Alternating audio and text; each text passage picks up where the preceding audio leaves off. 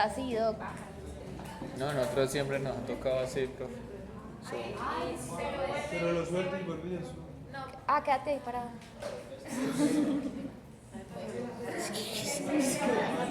Pongámosle una cuerda, Un palito.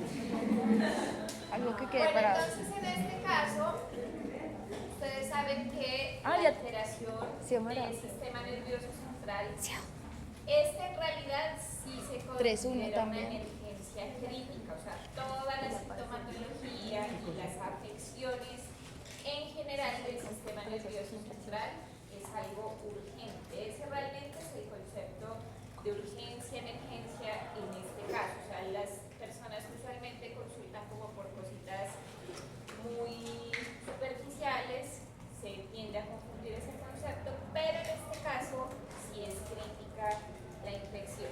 Entonces hay diferentes opciones en donde hay un compromiso de menor a mayor en diferentes estructuras, por eso es que tienen como estos diferentes conceptos, en donde podemos hablar que solamente hay una inflamación de las meninges propiamente dicho, ¿sí? En este caso entonces se habla de un proceso meningitis, pero no hay un compromiso del cerebro ni un daño a nivel cerebral. Entonces entre ellas, entre más en la base de esa pirámide se encuentran, significa que hay mayor compromiso, más consecuencias. ¿Listo? Entonces meningitis, inflamación de las meninges por cualquier patógeno bacteriano, viral, parasitario o fúngico. Cuando ya hay un compromiso adicional a nivel de encéfalo, entonces cambia el concepto a meningoencefalitis y obviamente pues entre más o mayor compromiso existen, las probabilidades de secuelas o muerte también son mayores. Entonces también tenemos un compromiso a nivel de médula espinal, que es obviamente mucho más complejo que el anterior, y el último, que es adicional a lo anterior, incluir las raíces nerviosas. Todas ellas, así sea una meningitis o si vamos a la última que incluye raíces nerviosas, todas son una emergencia. ¿Por qué hablamos de este fenómeno? En este caso entonces porque es una infección severa que tuvo que atravesar o evadir muchos elementos de la respuesta inmunológica o que de base haya algún tipo de inmunosupresión, algún estado en particular, en donde lo más problemático que nosotros tenemos es que estamos hablando de un espacio sellado. Entonces ustedes, ¿qué entienden por espacio sellado? Que tenemos un órgano muy importante que se protege con el líquido cefalorraquídeo, pero adicional a eso está dentro del cráneo y esa estructura, dentro de sus características, es que no es expandible, ¿sí o no?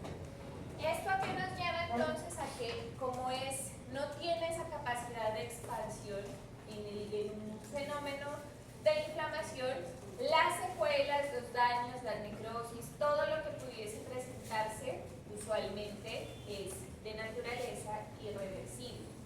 ¿Qué quiere decir eso?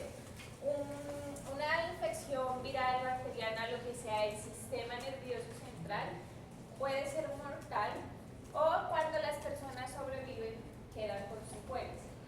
Dependiendo de cada patógeno, las secuelas en algunos casos son más agresivas que en otros casos. En este caso entonces también que entra a considerarse siempre el estado inmunológico de la persona.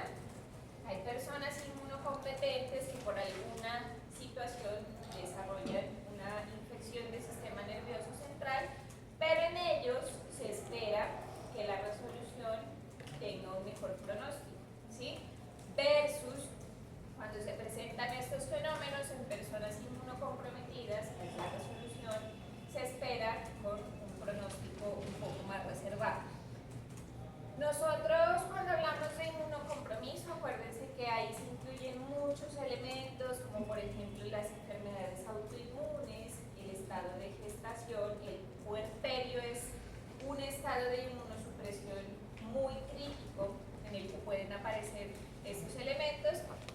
infecciones crónicas, principalmente hablamos de VIH, fase SIDA.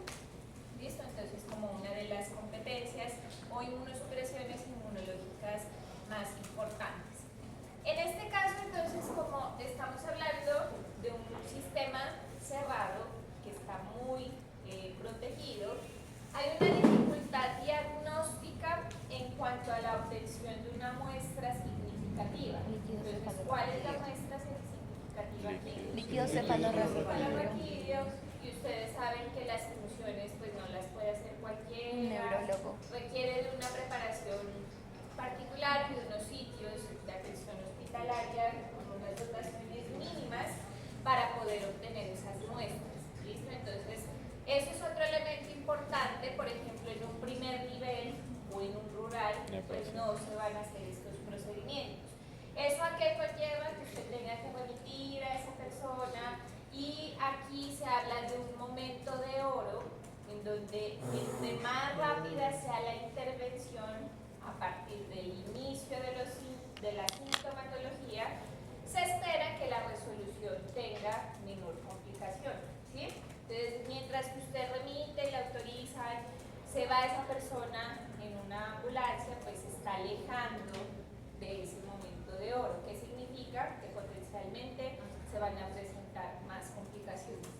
Profe, con respecto a la ausencia de tomar la muestra del líquido, ¿no estaría más propenso a infecciones? Pues como se supone que la meningitis es algo que atravesó como varias de las barreras pues, del sistema inmune, al aplicarle también como más... Pues se supone que esos procedimientos se hacen con condiciones asépticas muy rigurosas, muy estrictas. Entonces, en teoría esas funciones, toda obtención de una muestra es un riesgo de, pero si se hace bien, ahí se supone que no debería darse esa infección. Pero siempre pues existe la posibilidad, ¿sí? Entonces, en este caso, cuando nosotros hablamos de infección del sistema nervioso central, se habla de una triada que es muy diciente, muy diagnóstica, aunque aunque el patógeno cambie, o sea bacteria, virus o lo que sea, tiende a presentarse lo que se llama la triada diagnóstica, que es muy diciente para las meningitis en general o para cualquier infección del sistema nervioso central. Entonces, dentro de ellas, lo más importante, aunque hay varios síntomas que pueden aparecer, que son los que están ahí a un lado, se supone que, por ejemplo, si usted tiene una persona con dolor en el cuello y rigidez en la nuca, pero no tiene fiebre, prácticamente eso le descarta la meningitis. Tendría que hacer estudios para pensar en otra cosa, posiblemente orientar su sospecha a algo diferente. Pero si estos tres están juntos, prácticamente le están diciendo a usted que esté muy alerta porque posiblemente se trata de una infección del sistema nervioso central. Obviamente esto principalmente se aplica para personas inmunocompetentes. ¿Listo? Ahora entonces nosotros sabemos que hoy en clínica hay un problema importante que siempre ustedes deben afrontar, y es que cuando alguien tiene fiebre y empieza a sentir como dolor en el cuello, en la nuca, y ya no puede mover la cabeza, pues nosotros usualmente, como colombianos, ¿qué hacemos? Como latinos en general, vamos a una farmacia y ¿qué tiene para dolor muscular? Y el dolor muscular. Entonces eso camufla la sintomatología. Entonces, por eso, o la consecuencia de eso es que usualmente quien llega con algo de síntomas camuflados y se está alejando de ese momento de oro de poder hacer un diagnóstico oportuno lo más cercano a la aparición de los síntomas. Y entonces, dentro de estos elementos adicional, que ustedes podrían ver que hay un deterioro de la conciencia, la capacidad de respuesta, que es muy rápido, o sea, pueden ser horas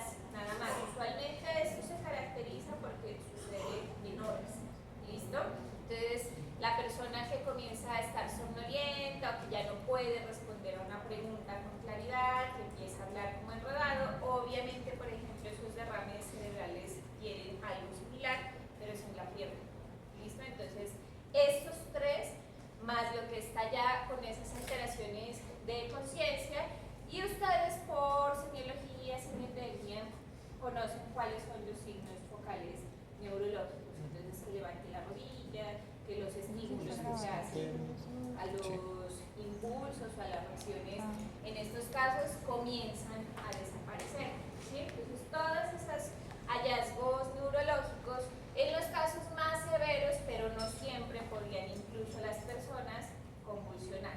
¿Listo? Entonces eso es accesorio a estos tres. Esto es lo principal. Y una intervención lo más rápido posible, pues es lo ideal. En este caso entonces vemos que así como existe una triada en clínica, hablamos de tres momentos importantes para poder hacer un diagnóstico oportuno, en donde ¿qué tenemos? Siempre la clínica es lo más importante y dependiendo de cuál sea el patógeno, el agente infeccioso, nos vamos a ir por imágenes o por paraclínicos de tipo laboratorio. Pero lo ideal es que siempre estén los tres para poder hacer un buen diagnóstico diferencial y quedarse con uno definitivo. ¿Listo? Entonces eso es lo ideal. Dijimos que en el caso del análisis de la muestra, pues la muestra tendría que ser líquido cefalorraquídeo, pero ustedes ya tienen un concepto de base, y es que cuando yo analizo cualquier fluido, tengo que comparar esos datos con los sanguíneos, ¿sí? Siempre, siempre, siempre. Entonces, en este caso, ¿qué pasa con el líquido cefalorraquídeo? Que tiene unas condiciones, ustedes saben que el sistema, el cerebro no puede almacenar glucosa. ¿Qué significa? Que siempre hay que garantizarle unos niveles óptimos de glucosa. Adicional a eso, el cerebro tampoco, las neuronas pueden almacenar oxígeno, por lo que tiene que estar siempre garantizarle también una buena oxigenación en este caso. Esas características, más las proteínas, más todo lo que de lo que está compuesto este líquido, se considera que es un medio de cultivo. O sea, eso tiene las condiciones ideales para que un microorganismo pueda crecer. Adicional a esto, entonces, ustedes saben que hay una barrera hematoencefálica en donde hay una muy buena protección y se evita la migración celular de reacción leucocitaria, presencia de inmunoglobulinas, por lo cual, mientras que esto sucede, pues ese microorganismo va a crecer con mucha facilidad.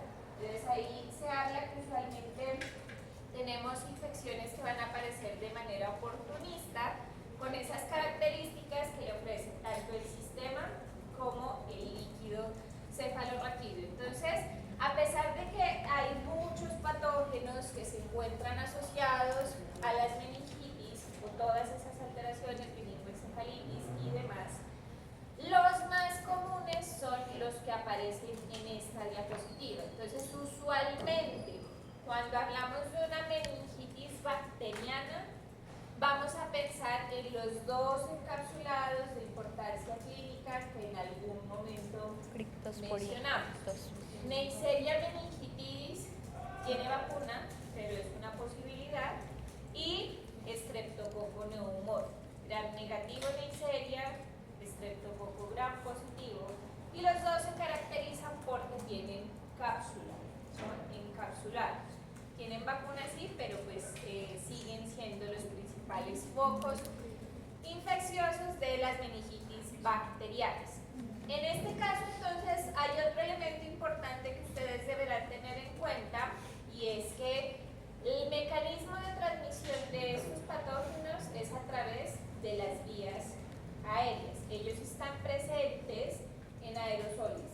¿Listo? Y cuando esa persona consulta, y usted hay un protocolo que dice, quien haya estado en una distancia de 1 metro de esa persona, tiene que entrar a profilaxis, a cuarentena, tiene que tener toda la intervención. Y de ahí en adelante continuar usando N95 por lo menos hasta que aparezca un periodo de incubación. Entonces, esa distancia de exposición es de 1 metro. ¿Listo? Todos los que hayan tenido esa exposición de 1 metro por esas gotículas que van a ser, o esos aerosoles que van a ser eliminados hacia el exterior, deberán entrar en cuarentena y tener esas precauciones. En segundo orden, entonces tenemos que las meningitis virales también pueden tener diferentes etiologías. Sin embargo, la más común son las meningitis virales por herpes simplex. Acuérdense que en la familia de los herpes, que es la más grandota de todos los virus, tenemos el virus herpes 1 y 2, que estos son los que principalmente están asociados a las meningitis virales, pero también está el citomegalovirus, también está el Epstein-Barr, hay un sinfín, también está el sarampión, la varicela, o sea, hay un sinfín de herpes que podrían causar. Sin embargo, ¿quién es el más común? El más común de todos, ustedes se acuerdan que cuando vimos herpes, decíamos que el herpes 1 está del ombligo hacia arriba y el herpes 2 del ombligo hacia abajo. El otro es Entonces, varicela. el más común va a ser virus herpes 1 y el segundo más común, virus herpes 2. Transmisión de esos herpes también a través de aerosoles. Sin embargo, para los recién nacidos, la transmisión del citomegalovirus, que puede traer estas secuelas y estas consecuencias, que son muy agresivas en ellos, incluso causar la muerte, es a través del contacto materno-fetal. ¿Listo? Entonces, una contaminación materno-fetal, ahí en ese caso citomegalovirus, para durante el desarrollo fetal o en el recién nacido. Finalmente, entonces, un representante de hongos. Acuérdense que puede ser cualquiera, pero se habla que el más común, el hongo más común en generar una meningitis fúngica es Cryptococcus neoformans. Si ustedes se acuerdan, hasta donde yo me acuerdo, este semestre iniciamos con una tesis de hongos, ¿cierto? Sí, Sí. de micosis. En donde se supone que las micosis van desde lo superficial, cutáneo, subcutáneo, A lo profundo. pasan por lo que es sistémico y después hablábamos de unas que son micosis profundas. En el caso de esas micosis profundas también tenemos que la vía de ingreso de esas esporas, aquí hablamos de esporas, es a través de la vía aérea. ¿Listo? Sin embargo, habíamos dicho que estas esporas, cuando ingresan en un sistema inmunocompetente, pues llegan hasta los alveolos o llegan a la parte de pulmones, de bronquios, y los macrófagos alveolares, todas esas células del sistema inmunológico, más la mucosidad, las microvellosidades, la liberación de IgAs, eliminan esas esporas y no pasa nada. ¿Listo? En este caso, ¿qué vamos a tener? Una situación en donde esas esporas ingresan, se convierte inicialmente en una criptococosis sistémica y a través de la sangre se convierte en una micosis profunda, o sea, dejó de estar ubicada en los pulmones, se va a la circulación sanguínea y en esa circulación, como hay una inmunosupresión de base, pues va a atravesar la barrera hematoencefálica y termina en sistema nervioso central. Entonces, así es como se supone que llegan estos patógenos al sistema nervioso central. Hay más y ahorita les vamos a revisar de manera muy superficial, sin embargo, son los principales. ¿Listo? Ahora entonces, ya vimos cuáles son algunos de los elementos que facilitan que estas infecciones se establezcan en el sistema. Entonces ya saben que las inmunodeficiencias, pero no solo vamos a pensar en VIH, sino en varias posibilidades. Un proceso quirúrgico, por ejemplo, que sea muy agresivo, hace que la persona esté en una inmunodeficiencia transitoria mientras recupera su capacidad, su respuesta inmunológica, etcétera. Ya sabemos que esto en qué va a influir, en que esa rigidez, esa fiebre aparentemente desaparezca. Y en este caso nos alejamos del punto de partida del diagnóstico temprano. Otro elemento por el cual hablamos de las secuelas, que pueden ser muchísimas, con daños y de manera irreversible, es que estemos en un espacio sin capacidad de dilatar Y en este caso, desafortunadamente, se da una respuesta muy de tipo TH2, es decir, muchísima migración celular, muchas interleuquinas proinflamatorias que generan necrosis, que generan más llamado de células, pero realmente no hacen nada. Lo único que hacen es dañar más el tejido, ¿sí? Y en este tipo de población o grupos etarios, como siempre hemos dicho, siempre vamos a tener a las edades extremas, por un sistema inmunológico inmaduro o por un sistema inmunológico que ya es deficiente en su respuesta en el caso de la tercera edad. Aquí es importante tener presente que ustedes saben que la población de 0 a siempre, como se llama este plan decenal hoy en día, incluye unas vacunas. Dentro de esas vacunas está neumococo, meningococo, están los virus, ¿sí?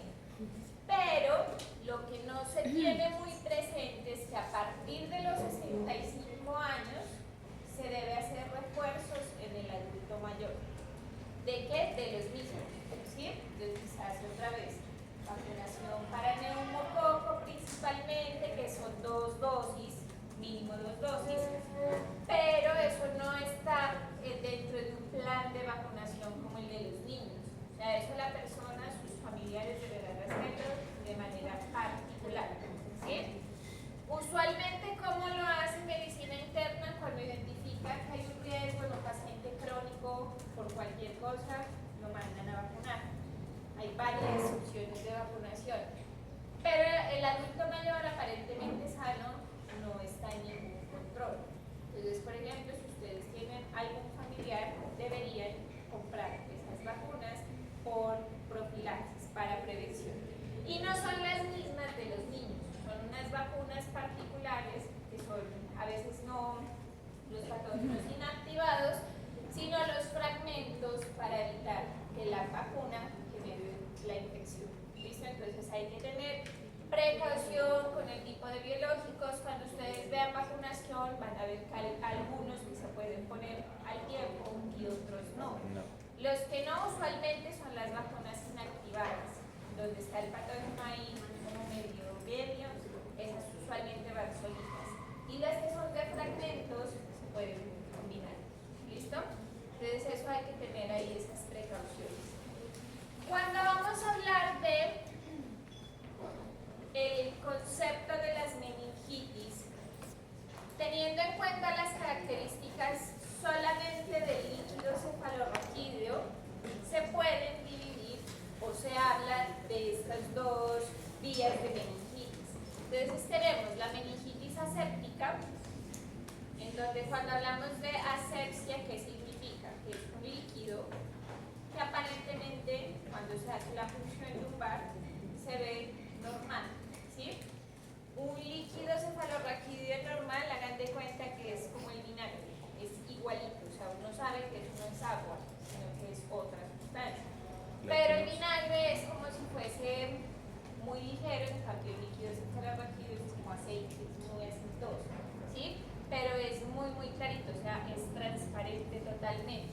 En este caso, vamos a tener la sintomatología en la persona, pero un líquido de cefalorraquídeo transparente. Si yo le hago cultivos, cualquier tipo de tinción, no voy a encontrar aparentemente nada. Y usualmente, entonces, en este caso, se va a sospechar de meningitis que sean causadas. Obviamente esto también tiene su componente de infecciosas y lo no infeccioso. Nosotros pues nuevamente hacemos énfasis en lo infeccioso, pero puede ser una intoxicación, puede ser por problemas metabólicos y principalmente en estos casos se asume una etiología, en el caso de las infecciosas, viral, ¿sí o no? Porque el virus no genera turbidez, no genera alteración en las características químicas, fisicoquímicas del líquido. Por otra vía, entonces tenemos el líquido cefalorraquídeo, que en el momento de la punción no se va a ver como si fuese el vinagre, sino un líquido turbio. Y en ese caso, uno que va a esperar que sea infeccioso por bacterias, parásitos u hongos.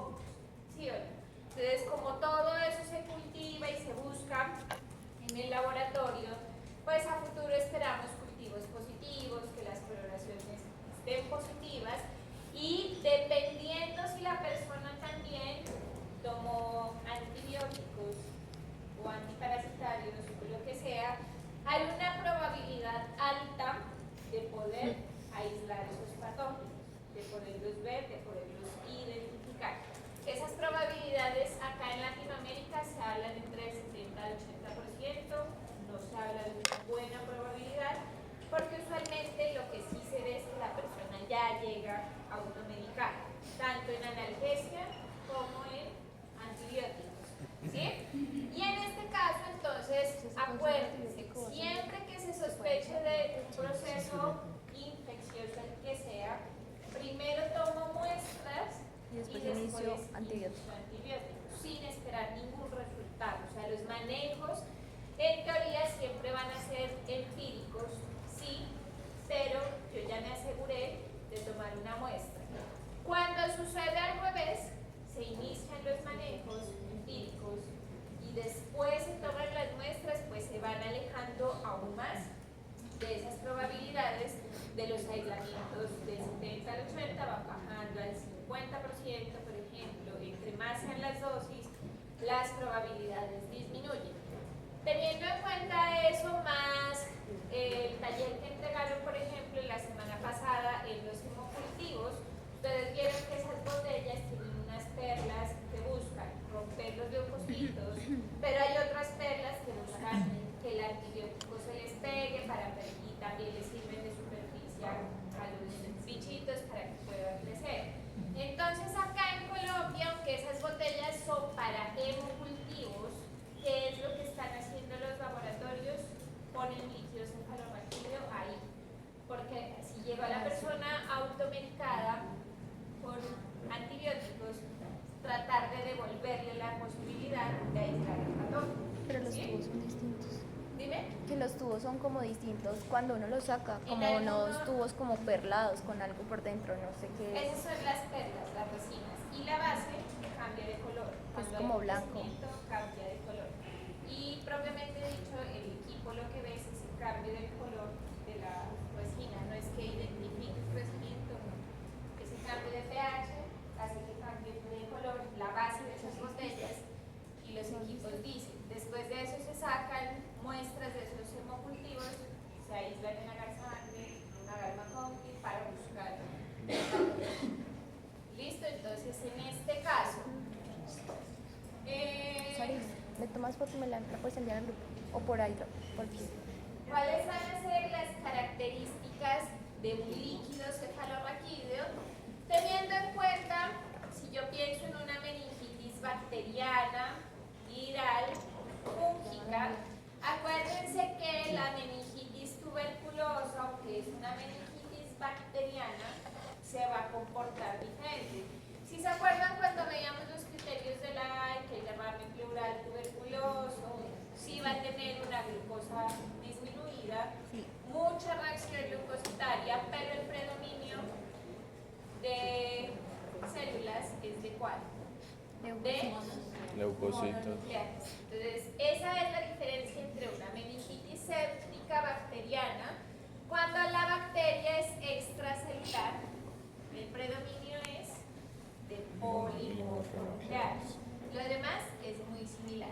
En todos los casos, o en estos casos en particular de bacterias, donde estamos viendo que hay mucha reacción glucositaria, es cuando mayor presión intracraneal va a haber, porque esa migración celular es la que causa ese incremento. En este caso, ustedes están viendo que hablamos de la cantidad de glucosa. Todos los líquidos usualmente se les mide lo mismo, proteínas, glucosa, se les mide si se puede albúmina, deshidrogenasa láctica también se les va a medir, que es una enzima que se asocia a esa inflamación o a la reacción glucositaria. Y ustedes están viendo aquí que la glucosa va a decir lo mismo que cualquier líquido. Está baja o está normal o elevada, pero en relación ¿a quién? A la de la sangre. A la glucosa Periférica. yo no puedo hablar de un valor de referencia, lo único que debería considerar es que cuando yo hablo de glucosa normal, asumo que está entre el 60% de lo que me reporta la glucosa sérica, ¿sí? Entonces, si la glucosa sérica es de 100, 60. La normal del líquido es 60. 60. Y a partir de esos dos datos puedo decir, hay una disminución de glucosa, está normal, un poquito más alta, hay una disminución moderada o es severa esa disminución. ¿En dónde vemos una disminución significativa?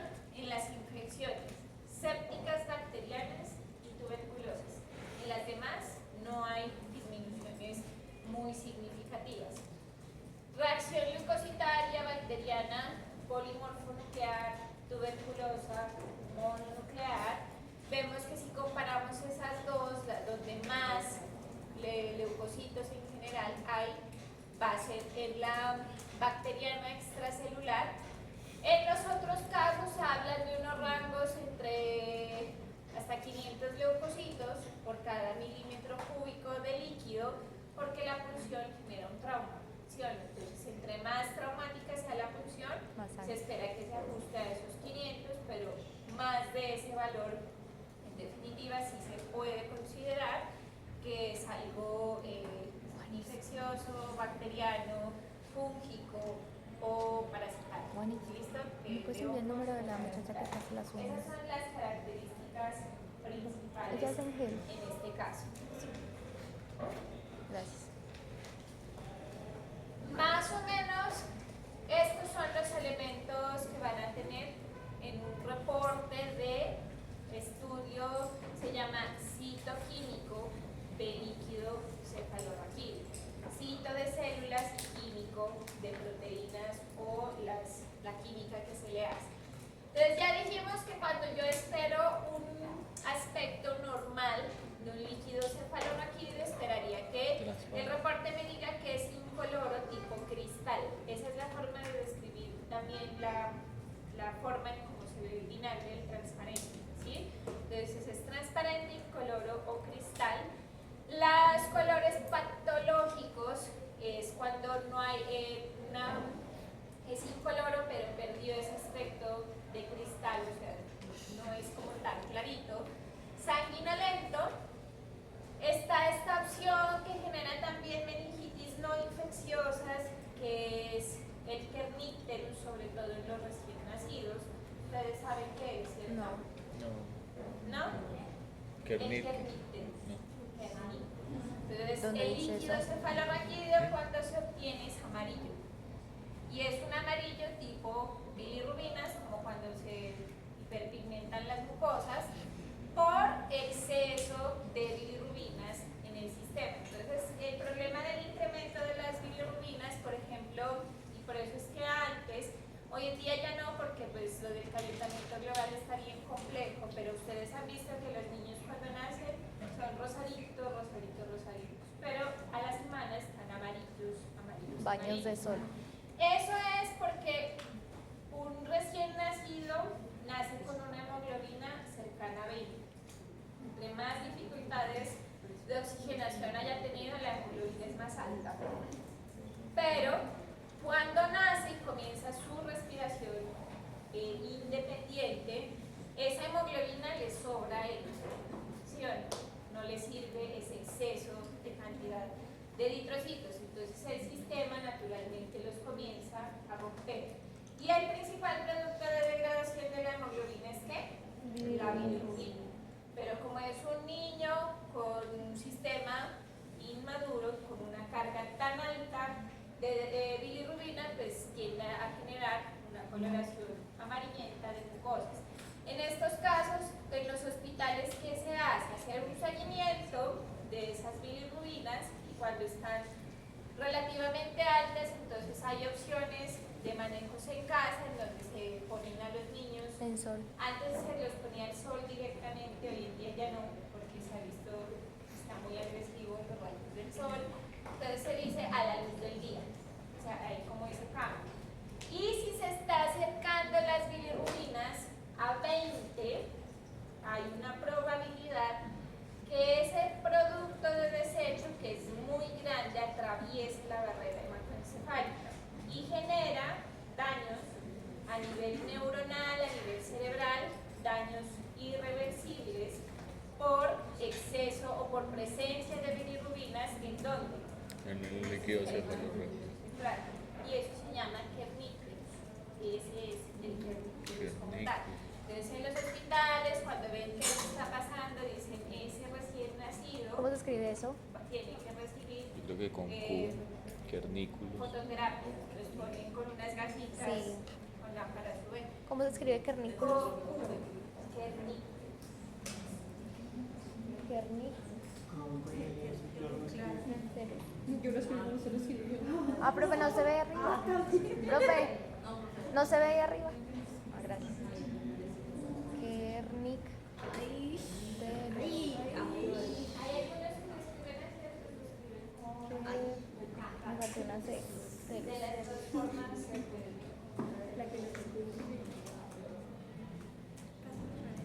Tolis. I will never fall in love.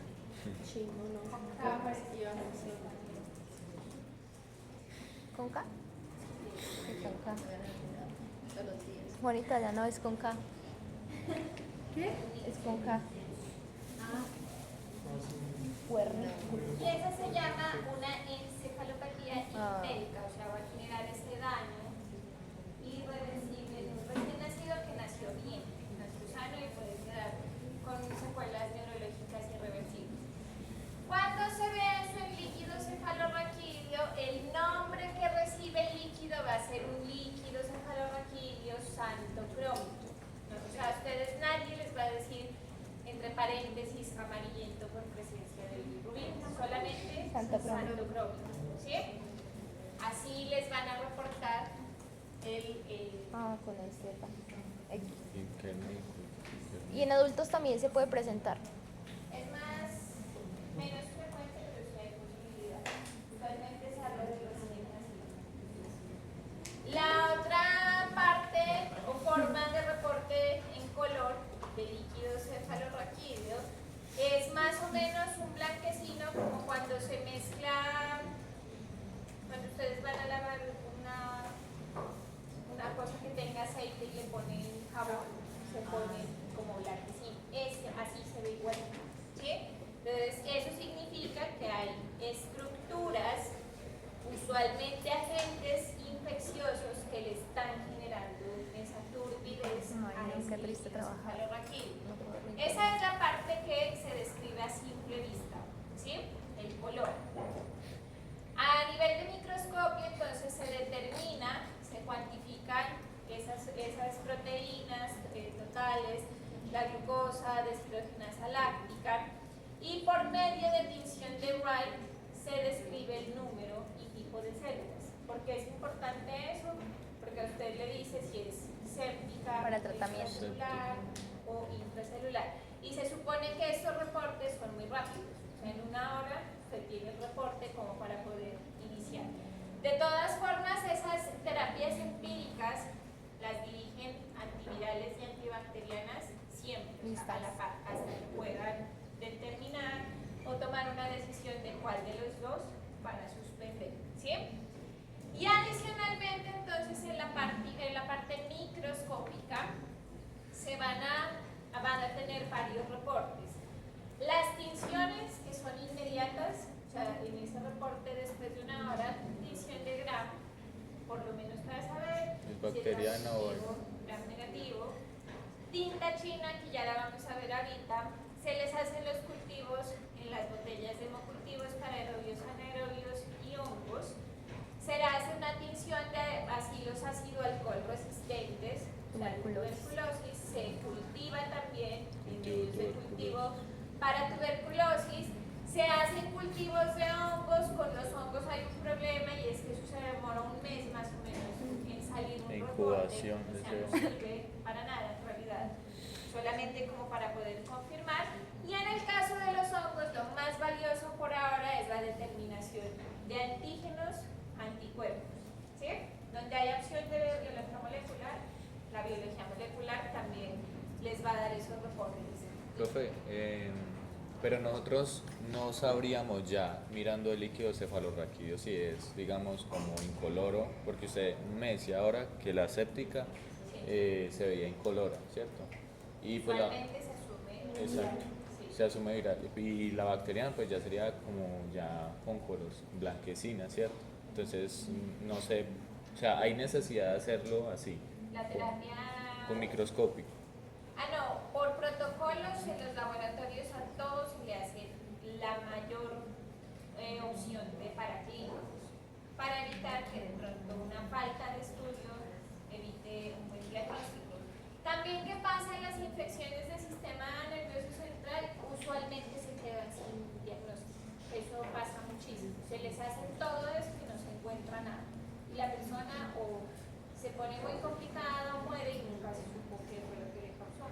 Pero en la medida de las posibilidades se les estudia todo, por más que la característica me diga que no es. ¿Listo? Entonces siempre hay esas opciones. Entonces dijimos que si pensamos en bacterias, hay unos más frecuentes que son meningo y neumococo, ¿sí o no? En virales, herpes, en parasitarios, ¿hablamos de parásitos? No. No, En hongos de Cryptococcus pneumoniae, y en parásitos vamos a pensar en toxoplasma. Toxoplasma. Siempre vamos a pensar toxoplasma como el primer valor. Sin embargo, hay otras posibilidades que son estas. Una meningitis bacteriana por Haemophilus influenza, que es el tercer encapsulado. Aquí están los 3 con cápsula, ¿sí o no? Esta opción, esta bacteria no tiene cápsula y es, sin embargo, el principal agente etiológico de las meningitis en recién nacidos por parto natural, el Streptococcus agalactiae. Ah, sí, el de las... Sí. En este caso, por eso es necesaria una Infecciones terapia respiratorias. profiláctica en la gestante contra Streptococcus Lo tiene la agalactiae. mujer. Porque La aunque la vagina. mujer es Benigna. parte de la microbiota normal, para el recién nacido sí le puede llevar a esto. Klebsiella pneumoniae. Entonces, muchachos, estos